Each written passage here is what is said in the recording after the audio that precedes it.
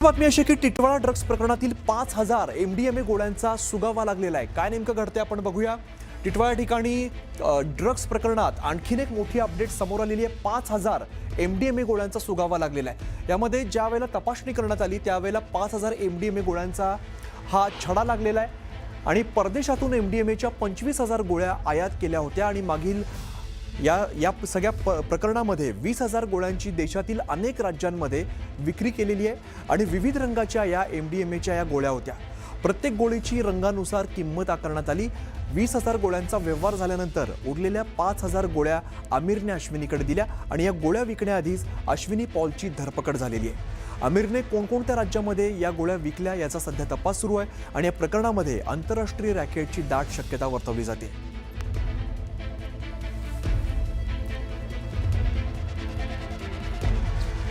तर इकडे मुंबईच्या आग्रीपाडा भागात एक धक्कादायक घटना घडलेली आहे। एका 19 वर्षीय तरुणीला अशरफ नावाच्या एका 25 वर्षीय तरुणाने अश्लील मेसेज पाठवून शरीर सुखाची मागणी केली आहे। दोघेही जण एका खासगी कंपनीमध्ये टेलिकॉलर होते।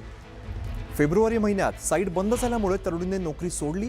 मात्र काही दिवसांपूर्वी तिला अशरफ नावाच्या तरुणाने मेसेज करायला सुरुवात केली। आधी प्रेमाची मागणी, नंतर शारीरिक संबंध ठेवण्याची मागणी त्याने केली। व्हॉट्सॲपवरती अनेकदा स्वतःचे नग्न फोटो अशरफ तरुणीला पाठवायचा, तर अनेकदा तरुणीचे नग्न फोटोही तो मागवत होता। त्याने काही वेळेला पॉर्न व्हिडिओज देखील पाठवलेले आहेत आणि मला माझगावला भेट, आपण लॉज बुक करू असं देखील अशरफ तिला अनेकदा सांगत होता।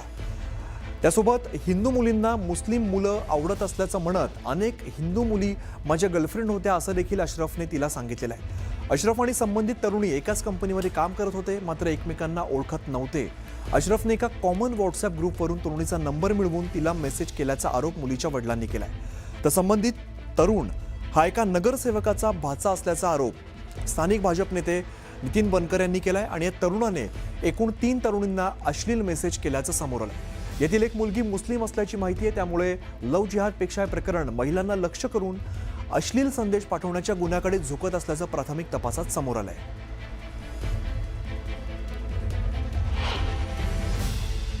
सध्या तक्रार देखील दाखल केलेली आहे, त्याच्यामुळे मुलीचे वडील स्वतः आपल्यासोबत आहेत। सर, मला सांगा नेमकं प्रकरण काय घडलं, स्क्रॅच पासून सांगा। प्रकरण असं आहे की दोघे एकाच कंपनीत कामाला होते, पण एकामेकाशी बोलणं चालणं नव्हतं। अधिकतर तिकडे टेलिकॉलर जे होते हिंदू मुली होत्या आणि तो फेब्रुवारीमध्ये जॉब संपलेला आहे।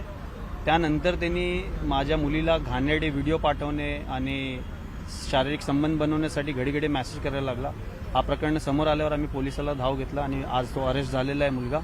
आता आमची मागणी हेच आहे की जे काय त्याच्याकडे एव्हिडन्स आहे मोबाईलमध्ये इतर मुलींचे, त्यांनी खूप क्लिअरली स्टेटमेंट दिलं आहे की हिंदू मुलीबरोबर माझे खूप अफेअर्स राहिलेले आहे आणि खूप इझिली आम्ही लॉज वगैरेवर जातो, तू पण आली तर काय फरक नाही पडणार आणि कुणाला माहितीही नाही पडणार, असा माझ्या मुलीला तो ब्लॅकमेल करत होता। तुम्ही म्हणाला की फेब्रुवारीला जॉब संपलाय, नेमका कुणाचा फेब्रुवारीला जॉब संपला होता? ती कंपनी जी इकडे पिरामल टावरमध्ये चालत होती टेलिकॉलिंगची, ती कंपनीच बंद झालेली आणि फेब्रुवारी नंतर त्यांनी आता हे सगळं ट्रेसिंग करायचं चालू केलं, ज्याच्यात 3 मुली आतापर्यंत समोर आलेल्या आहेत। म्हणजे एक मुलगी माझी आहे। अच्छा, म्हणजे ती कंपनी बंद झाली किंवा व्हॉटएव्हर, त्यानंतर 2 वेगळ्या कंपनीमध्ये लोक गेले असतील।